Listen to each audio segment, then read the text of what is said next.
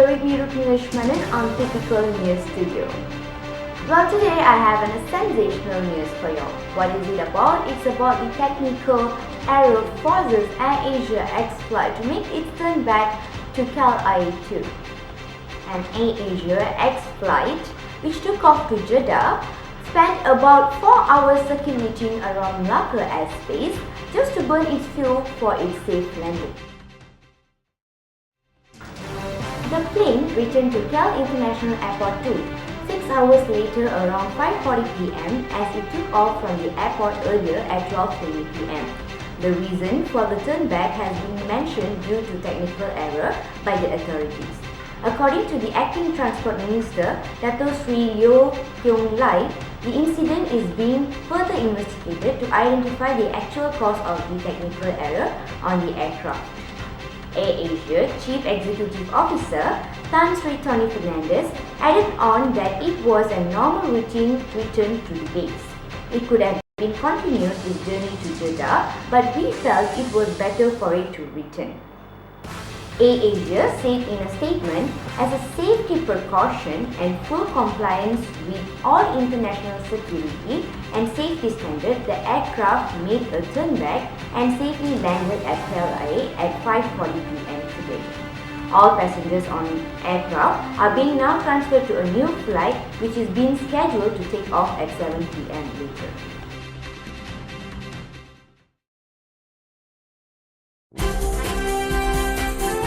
The aircraft made a successful turn back and landed safely at Cal-Air-2 today at 5:40 p.m. All passengers on board are now being shifted to a new aircraft which is being scheduled to take off at 7 p.m. today. Thank you.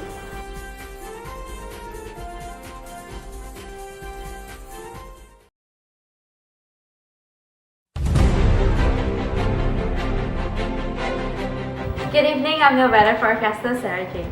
Now here's the latest weather forecast. Good news for our Malaysian residents, the rainy season has finally come to an end.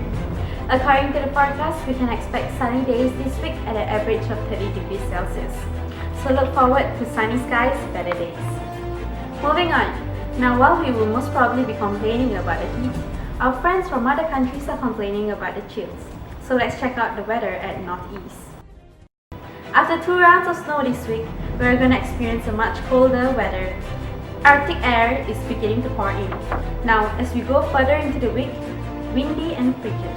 Again, some snow showers could build into the state of Maine. Next news, the tropical storm Hagupit, also known as Ruby, which was heading towards Manila, has been downgraded from a typhoon after crossing the country. However, please do not take this lightly. In the capital, residents are preparing for heavy rain and strong winds.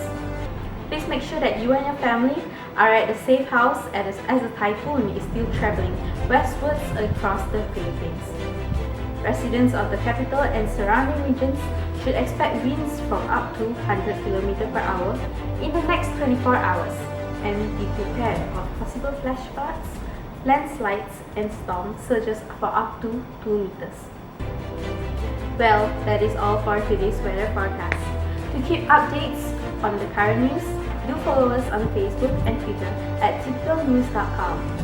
Now, I'll pass it to Daniel for the sports update. Goodbye for now! There's a new kind of juice made from whole fruits, vegetables, and ice.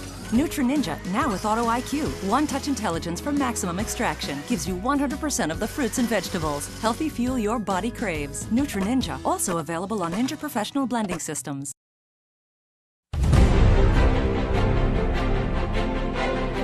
Thank you, Sarah Jane. A very good evening and welcome back to Typical Sports News Studio. In today's news, we have Arif, who is the former Badminton Association of Malaysia, doing fine by himself in being an independent shuttler. Not to forget, we have the young and talented Malaysian Muizuddin Mushaffa Abdul Ghaffar, who is only 12 years of age and drives the go-kart professionally. Muhammad Arif Abdul Latif, solid performance for Muar City BC in the Kopiko Purple League has served a reminder that independent shuttlers can do just fine on their own. Arif left the Badminton Association of Malaysia in 2013 but has managed to stay competitive. The 25-year-old Negeri Sembilan born man is a single player and is the third highest ranked Malaysian at number 55 in the world, just behind suspended number 3 Lee Chong Wei and number 32 Chong Wei Feng. He even gave national number 3 Liu Darren a heavy beating during the Purple League Champions Challenge last Saturday.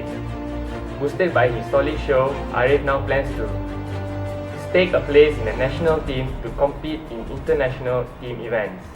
The Badminton Association Malaysia have asked some of us, the independent players, to attend selection trial for the Sudirman Cup, which will be held in China, and the SEA Games, which will be held in Singapore this coming June.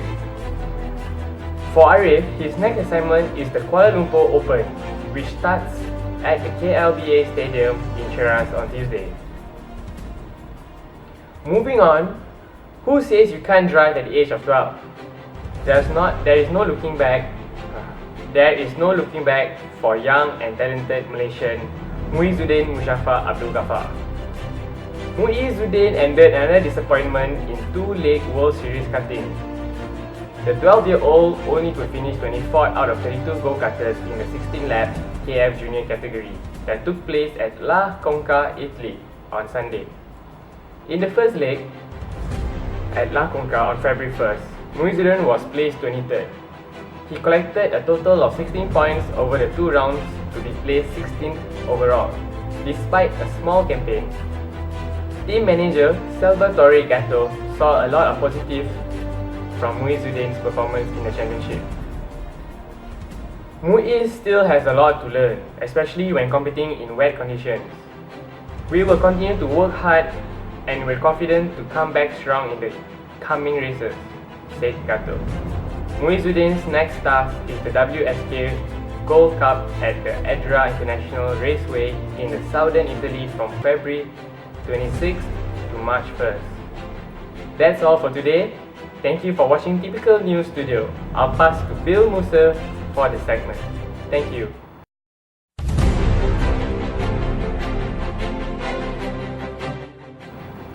Good evening, I'm Bill Musa and welcome to tonight's entertainment segment. So last Sunday was one of music's biggest nights, the 57th Annual Grammy Awards. As usual, in true Grammy fashion, this year featured bizarre musical mashups and jaw-dropping moments. Performances included unusual collaborations, including Lady Gaga and Tony Bennett, as well as trio Kanye West, Rihanna, and Paul McCartney.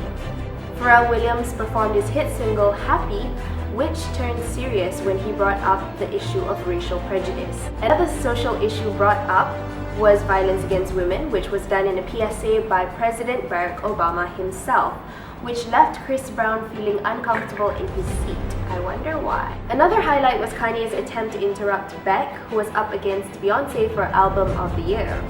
Doesn't sound like something Kanye would do. Finally, as the night ended, Sam Smith bagged most of the awards. In Malaysia, our biggest musical awards are AIM and AJL. Compared to the internationally established Grammy Awards, we have much to improve on. Artistically, performances could be more unique and personalized to the artists themselves in order to bring their performances to a new level of artistry and emotion, which is what the Westerners do when they go absolutely nuts.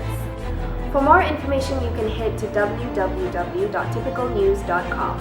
This is Bill Musa signing off. Thank you and good evening.